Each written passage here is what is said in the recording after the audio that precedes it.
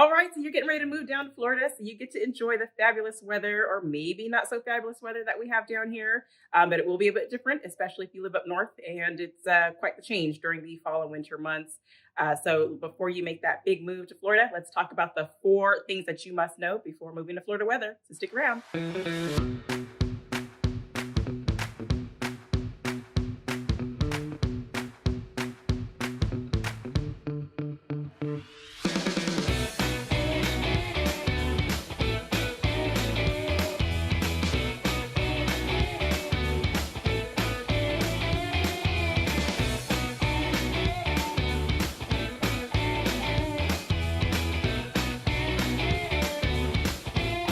Everyone, I'm Stephanie Bueno with the Whittemore Group at LPT Realty here in the Destin-Fort Walton Beach area.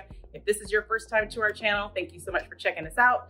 We want to make sure that we give you all the information that we possibly can. So make sure you hit that subscribe button and tap on that bell just so you're notified every time we do a new video so you don't miss out on the information that we give you.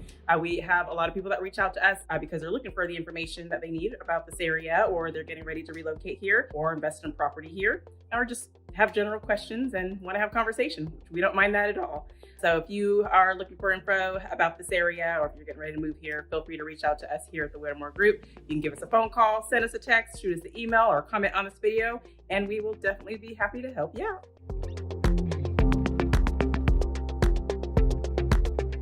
All right, so 4 things you must know before moving to Florida weather.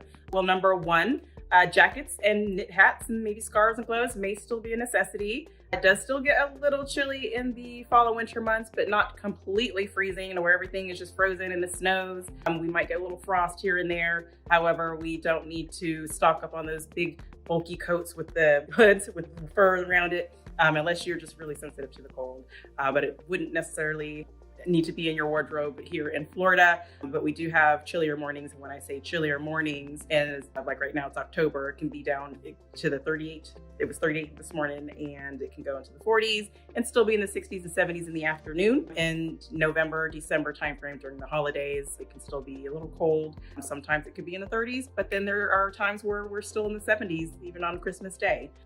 So that's what's beautiful about the Sunshine State. We really do have warm weather all year round, with the exception of some of our cold fronts that come on through. But definitely it's not like what it would be up north. Again, we don't have the snowstorms down here, which really leads me to number 2 is to make sure you keep umbrellas on hand, because we do have a lot of rain here in Florida. Sometimes it's expected, sometimes it's not. Whether you keep an eye on the Weather Channel or not, it could say that, there's maybe 7% chance of rain, and the next thing you know, it's thunderstorming, or what it seems like thunderstorming outside. Not to be dramatic, but it's really just most of the times passing through. It'll be, a little stubborn rain cloud kind of making its rounds around the area.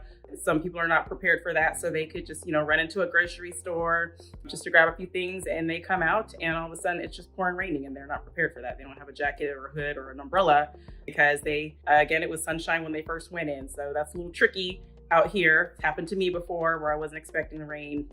And then there's times where you watch the news and it's like, oh, it's 50% chance, 60% chance of rain during maybe 12 and 2 o'clock, and 12 and 2 o'clock comes around and not a drop of rain. But then again, you might see a little something later on in the afternoon and you weren't expecting it then either. So there's the rainy weather. Rainy season can get a little tricky. Even during hurricane season, we might have, we have our watches where we need to keep an eye on which direction the hurricanes may go. But even if we don't take the direct hit, there's, a big chance that we'll get a lot of rain. So again, if you need to still be out and about during that time, just again, keep umbrellas on hand, keep a light jacket.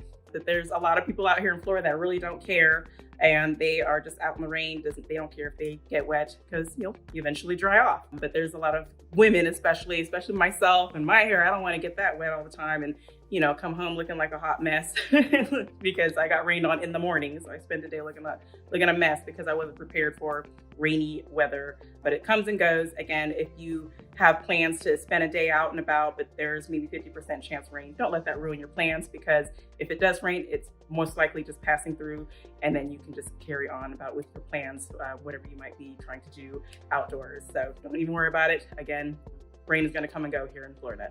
And number 3, let's talk about that summer heat and the humidity that comes along with it. Of course, we do have lots of sunshine that brings lots of those UV rays on us that we enjoy at the beach so much.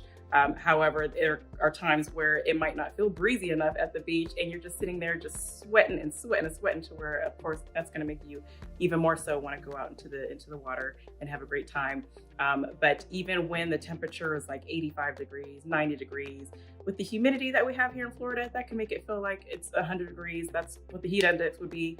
Real-time feel would be in the hundreds, 102, 103, when the actual temperature is like 90, 95 even. Yes, we do get pretty hot out here in Florida. But again, there's a lot of people that's not really familiar of how the humidity may affect them. Some people don't handle it very well. They may fall a little ill. I've seen it happen before. But even when I was on the West Coast up in Seattle, Washington, even their 85-degree weather during the time that I just happened to be there when they had that heat wave, 85 degrees, and it still felt nowhere near as how 85 degrees would feel in Florida. So it's a different kind of heat, you know what I'm saying?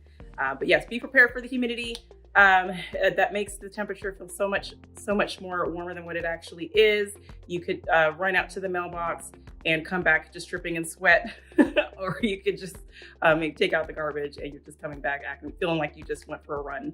But it gets pretty hot and sticky out here in Florida, so just make sure you're prepared for that. There's a lot of people that can't handle the heat due to even health conditions, that your body just don't really tolerate the heat as much. So there's a lot of elderly people that I know that cannot handle the extreme heat and just have to have like extra window units in their rooms, even though their AC is working fine.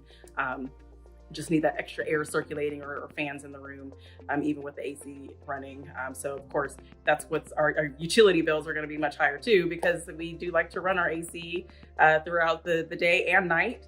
So and then a lot of people ask about the transition between summer and winter. It's a very slow transition. However, you just need to make sure that so here in Florida, the transition from the summer into the fall and winter is a very slow transition. With in October especially, it's probably my favorite month of the year, because the weather just feels like it's really just perfect. And then my favorite month would be March, because you're kind of right there in the middle between being too cold, or maybe it might be a little chilly too, but still have great days where you can be outside and not worry about being too cold or too hot. Just right around March, April, and then again October, November timeframe.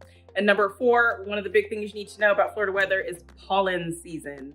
So just make sure you stock up on those antihistamines if you do have an issue with allergies. Grass pollen season extends from April to October. Springtime in Florida is also known as tree pollen season. It can begin as late as December and run through May. So you're talking about 5 or 6 months of pollen season. Of course, there's a lot of people that's sensitive to that. So just the slightest bit of pollen should just have their nose running, sneezing, eyes watering, have to stock up on the meds. And there's also the issue with our vehicles being covered in this nice yellow tint. So if you have a black vehicle, especially, the pollen will definitely show up even more on that. So there's people that just feel like they just need to wash their cars every day because of the pollen. It just gets so bad. But it's great for the Florida trees, because that's like a strong springtime for them to mate.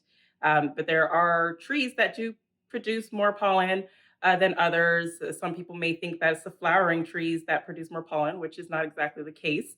But some of the trees that are the main culprits of pollen during pollen season are the American elms, blue jack oaks, bayberry trees, and maples, and of course pine trees is a big culprit when it comes to the pollen during the pollen season. So just make sure if you have allergy issues, or maybe if you visited Florida during pollen season and it's a lot to handle.